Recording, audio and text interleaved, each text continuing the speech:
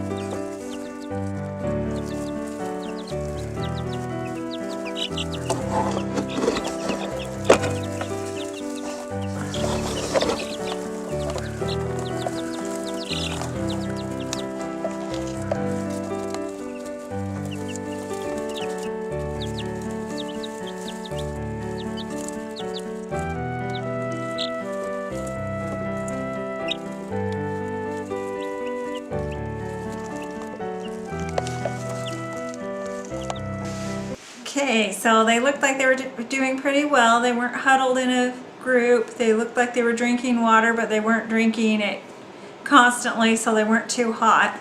I do have a thermometer out there, but it's hard for me to be able to check the temperature because I have to push the thermometer clear far back in to get it to the light to be able to tell how hot it is in the center.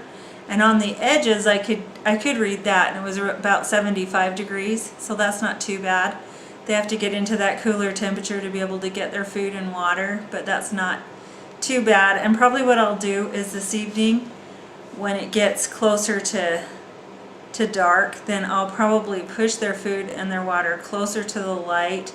I may even put something to block the door of the little house that they're in. I don't want it to get too hot in there, but I don't want it to get windy. I don't want it to be drafty either. So it's a pretty tight little house that they've got, but that's the only place that cold can come in. So we'll see. If they make it through the night, then they should be good to go. This first night's going to be the one that's going to tell us whether or not things are going to work.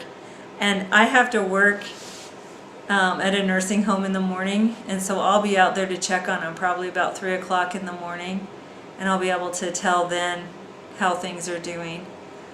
But until then, I'm just going to have to keep checking on them a little at a time throughout the rest of this day and into the evening. And I've still got their box. If I have to, I can bring them back into the house. So, but it looks like they're starting to bunch up and huddle and not be comfortable.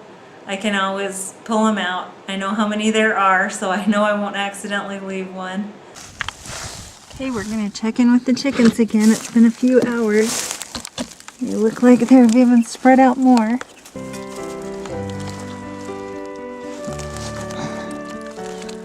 I can see my thermometer tipped over on the ground over there, but I can't read it.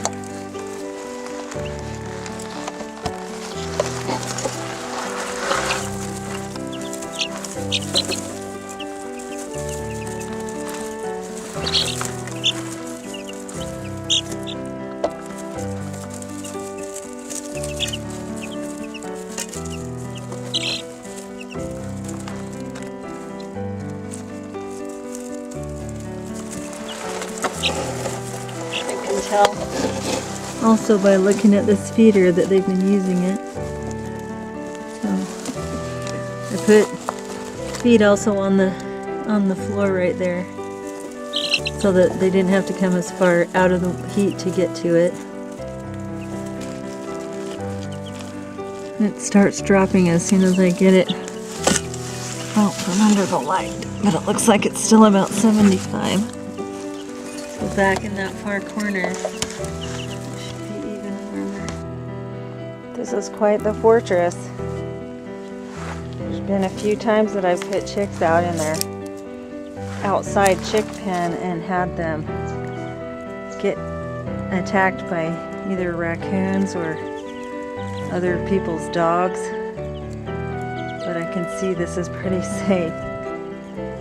There's no way anything can get into here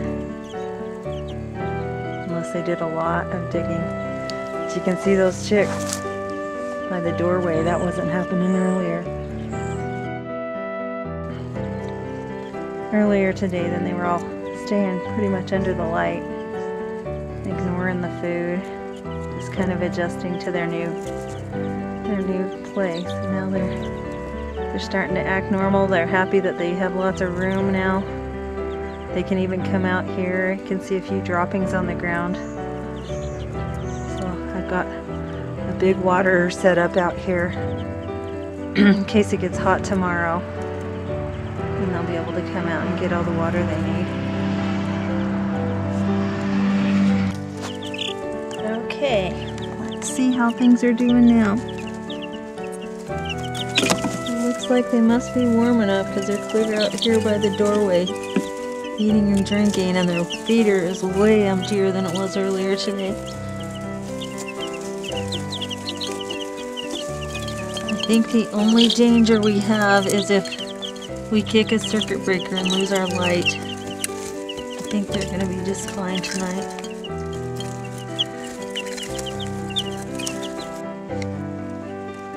Okay, it's 3:30 in the morning. Let's see how they're doing. They look like they're just fine. The water's completely gone and the food's down pretty low, so I'm going to fill those up and then head to work and see how they do after work. Got all day.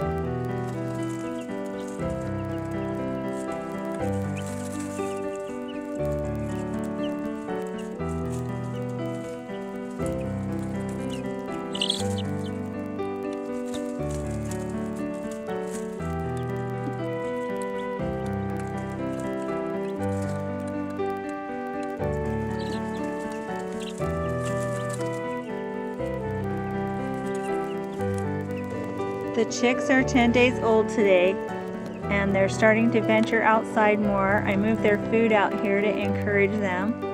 I also have this big waterer set up with the rocks all around so that they can't get a dunking in it. And they still have water inside as well.